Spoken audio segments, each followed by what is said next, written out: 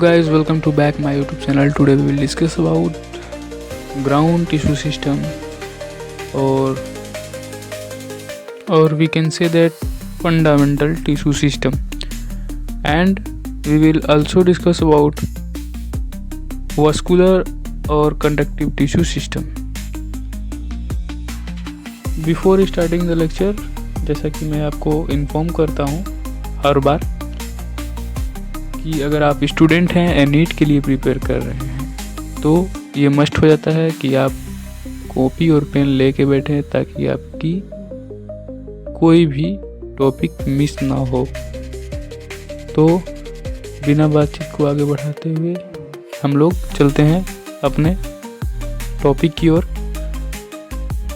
तो चलिए हम लोग डिस्कस करते हैं ग्राउंड टिश्यू सिस्टम के बारे में। तो ग्राउंड टिश्यू सिस्टम जो होता है तो वो include everything except epidermis and xylem and phloem. जैसे कि हम लोग देखें एग्जांपल में तो कॉर्टेक्स हो गया, पेरिसाइकल सेल्स हो गए, मेडुलरी रे सेल्स हो गए, पिथ हो गए। और अगर हम लोग देखें एग्जांपल में तो जैसे लीव्स हो गए, वो मीजोफिल्स जो सेल्स होते हैं वो मेक ग्राउंड टिश्यू।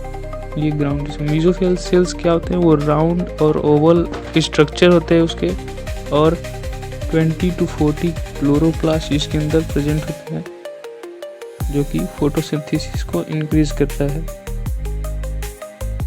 अब हम लोग मूव करेंगे वास्कुलर टिश्यू सिस्टम या फिर कंडक्टिव टिश्यू सिस्टम के बारे में।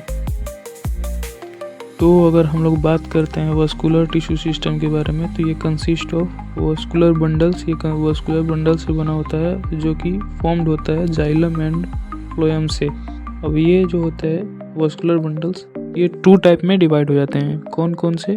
तो हम लोग बात करते हैं रेडिकल वास्कुलर सिस्टम और कंजोइड वास्कुलर सिस्टम। अगर हम लोग बात करें रेडिकल वास्कुलर सिस्टम के बारे में तो ये जो इसमें जो जाइलम एंड फ्लोएम का अरेंजमेंट होता है वो do not come in at मतलब सेम रेडियाई, मतलब ये सेम रेडियाई पे नहीं आते हैं। और हम लोग इस एग्जांपल की बात करें तो रेडियाई से आप लोग क्या याद कर सकते हैं, रूट। तो रूट हम इसका एग्जांपल हो जाएगा। और अगर हम लोग चलते हैं कंजोइड वास्कुलर सिस्टम के बारे में तो इसमें जो फ्लोएम होते हैं वो पेरीफेरी मतलब साइड में अरेंजमेंट होते हैं। और सिंस जो xylem and phloem are conjoint यहाँ पे मतलब एक ही में पाए जाते हैं, they are present on same radii, यानी कि ये सेम रेडियस पे पाए जाते हैं। इसका एग्जांपल के बारे में बात करें तो स्टीम और लीफ। इसमें क्या याद कर सकते हैं, सेम से हो जाएगा आपका स्टीम, और लीफ आप याद कर सकते हैं क्योंकि स्टीम में लीफ पाया जाता है, नॉर्मल सी बात है। और वास्कुलर बंडल को अगर हम लोग देखें तो वास्कुलर बंडल्स जो होते हैं वो कैन बी ओपन और closed depending upon the whether they can show secondary growth और नॉट। ये जो होते हैं वास्कुलर बंडल वो ओपन कब होते हैं, जब वहाँ पे कैम्बियम प्रेजेंट हो यानी कि सेकेंडरी ग्रोथ हो रहा हो तब।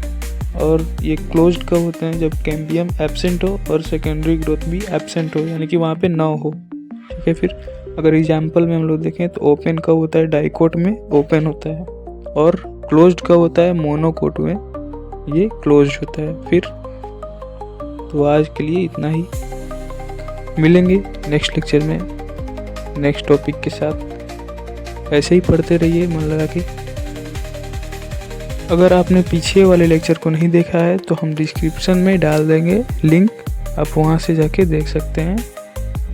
और अगर आपने लाइक नहीं किया है लेक्चर को तो लाइक कीजिए ताकि हमें मोटिवेशन मिले कि आपकी नीट की जर्नी को हम लोग ऐसे ही आगे बढ़ाएं कंटिन्यू फॉर्म में, और नए नए टॉपिक के साथ है और नए नए इनोवेटिव आइडिया के साथ आपके लेक्चर को हम लोग डिज़ाइन करें। ठीक है, फिर चैनल को लाइक कीजिए, सब्सक्राइब कीजिए, शेयर कीजिए अपने दोस्तों के साथ ताकि आपके दोस्त भी इस लेक्चर की बेनिफिट उठा सकें। तो हम लोग चलते हैं, अब मिलेंगे नेक्स्ट लेक्चर में नेक्स्ट टॉपिक के साथ।